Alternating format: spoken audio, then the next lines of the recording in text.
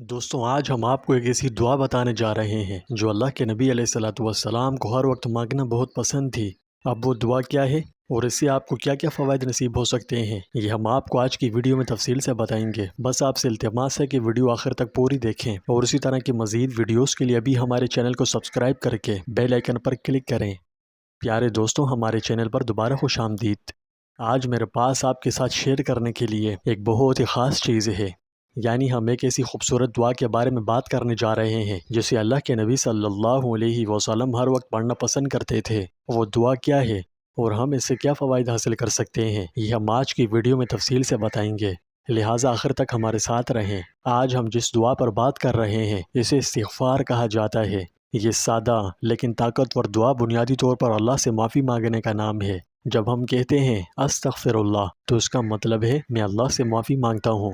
رسول اللہ صلی اللہ علیہ وسلم نے استغفار کی اہمیت پر بہت زور دیا ہے۔ آپ خود بھی اسے دن میں 70 مرتبہ سے زیادہ پڑھا کرتے تھے۔ اب آپ سوچیں گے کہ نبی کریم علیہ الصلوۃ والسلام جو بالکل بے گناہ تھے، ساری زندگی کبھی کوئی گناہ نہیں کیا اور ہر قسم کی خطاؤں سے معصوم تھے، اللہ نے آپ کے اگلے پچھلے ساری خطاؤں کو معاف فرمایا تھا، آپ ہی کے طفیل یہ کائنات بنائی، آپ کو اپنا محبوب بنایا، سارے انبیاء کا سردار بنایا، اللہ کے بعد سب سے زیادہ افضل ہستی آپ صلی اللہ علیہ وسلم ہی کی ہے۔ ان تمام خوبیوں کے باوجود کیا وجہ تھی؟ کیا آپ اتنی کثرت سے استغفار کرتے تھے؟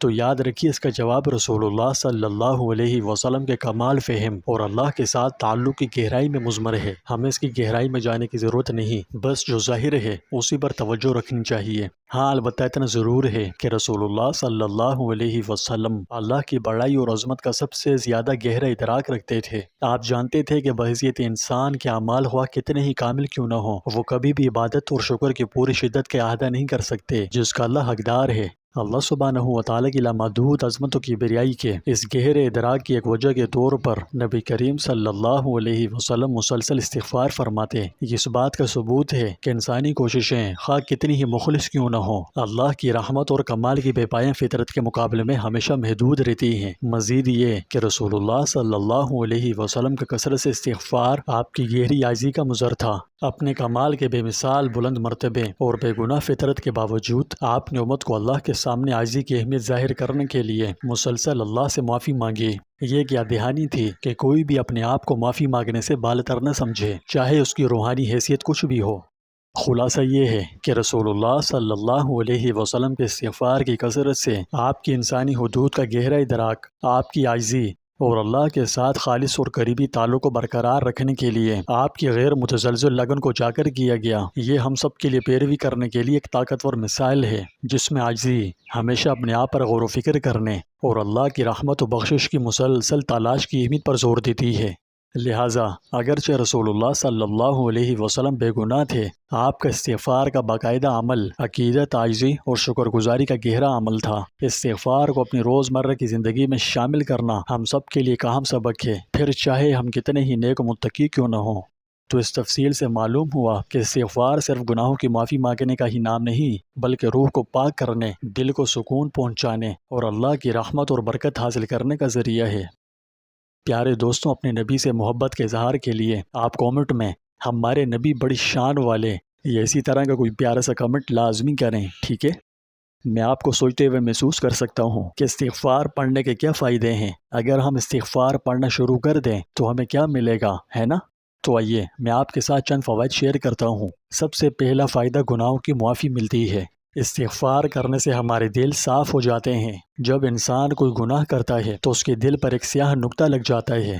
جب مسلسل گناہ کرتا رہتا ہے تو گناہوں کی نوسط سے اس کا دل بالکل سیاہ ہو جاتا ہے۔ روحانیت میں دل کے کالا ہونے سے انسان پر مسلسل پریشانیوں کے پہاڑ ٹوٹتے ہیں۔ مشکلات کبھی ختم نہیں ہوتی، ایک ختم ہو پیچھے دوسری آ کھڑی ہو جاتی ہے۔ غم، دکھ، بیماریاں اسے گھیر لیتی ہیں اور انسان پر سخت روحانی و جسمانی اور ذہنی بوجھ ڈالتی ہیں۔ لیکن جب وہ سچے دل سے معافی مانگے، توبہ و استغفار کرے تو اس کی غلطیوں اور گناہوں کا بوجھ اتار دیا جاتا ہے، جس سے خوشحالی نصیب ہوتی ہے۔ دوسرا فائدہ پریشانی سے نجات ملتی ہے۔ یہ ہمارے دلوں میں راحت اور سکون لاتا ہے، خاص کر مشکل وقت میں۔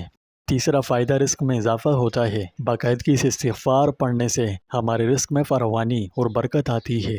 چوتھا فائدہ آفات سے تحفظ ملتا ہے۔ یہ مصیبتوں اور مشکلات کے خلاف ڈھال کا کام کرتا ہے۔ 5واں فائدہ اللہ سبحانہ و تعالیٰ کے ساتھ ہمارے تعلق کو مضبوط بناتا ہے۔ یہ ہمیں اللہ کے قریب آنے میں مدد کرتا ہے، ہمارے ایمان اور توکل میں مضبوطی اور پختگی پیدا کرتا ہے۔ کیا یہ حیرت انگیز نہیں ہے کہ یہ سادہ سی دعا ہماری زندگیوں میں اتنی برکتیں کیسے لا سکتی ہے؟ رسول اللہ صلی اللہ علیہ وسلم نے فرمایا، جو شخص استغفار کرتا ہے اللہ تعالیٰ اس کے لیے ہر تنگی سے نکلنے کا راستہ اور ہر پریشانی سے نجات عطا فرماتا ہے، اور اسے ایسی جگہ سے رزق دیتا ہے جہاں سے اسے گمان بھی نہیں ہوتا۔ پیارے دوستوں، آئیے جتنی کثرت سے ہو سکے استغفار کا ورد کرنے کی عادت بنائیں اور اسے اپنے روزمرہ کے معمولات میں شامل کریں۔ انشاءاللہ اس سے ہماری زندگیوں میں جو مثبت تبدیلیاں پیدا ہوں گی وہ اپنی جاگتی آنکھوں سے دیکھیں گے۔ اکثر ایسا ہوتا ہے کہ ہم استغفار بڑی شدت اور لگن سے کرتے ہیں اور لمبے ٹائم سے کرتے ہوئے آ رہے ہوتے ہیں، مگر اس کی برکات حاصل نہیں ہو پاتی، جس کی وجہ سے ہمارے شوق میں کمی آ جاتی ہے اور ہم استغفار کرنا چھوڑ یہ بہت کم کر دیتے ہیں۔ اگر آپ بھی اسی پریشانی کا سامنا کر رہے ہیں تو میں آپ کو ترغیب دیتا ہوں کہ میں نے اس ویڈیو کی ڈسکرپشن میں اپنی پچھلی ویڈیوز کے لنک دیے ہیں، ان میں بڑی باریکی اور گہرائی سے بتایا ہے کہ استغفار کے فوائد و برکات حاصل کیوں نہیں ہو پاتے، اس میں کیا چیز رکاوٹ پیدا کرتی ہے، تو آپ انہیں ضرور دیکھیں۔ اگر دیکھ لیں تو فائدہ آپ کا ہی ہوگا، کیونکہ جب آپ استغفار کا صحیح طریقہ سیکھ کر عمل کریں گے تو خوشحال ہو جائیں گے۔ پیارے دوستوں، اپنے نبی سے محبت کے اظہار کے لیے آپ کومنٹ میں ہمارے نبی بڑی شان والے یا اسی طرح کا کوئی پیارا سا کمنٹ لازمی کریں۔ اگر آپ کو یہ ویڈیو فائدہ مند لگی تو براہ کرم ہمارے چینل کو لائک، شیئر اور سبسکرائب کریں، اور استغفار کے ساتھ اپنے تجربات شیئر کرنے کے لیے نیچے کومنٹ کرنا نہ بھولیں۔ اللہ تعالی ہم سب کو اپنی رحمت اور بخشش سے نوازے۔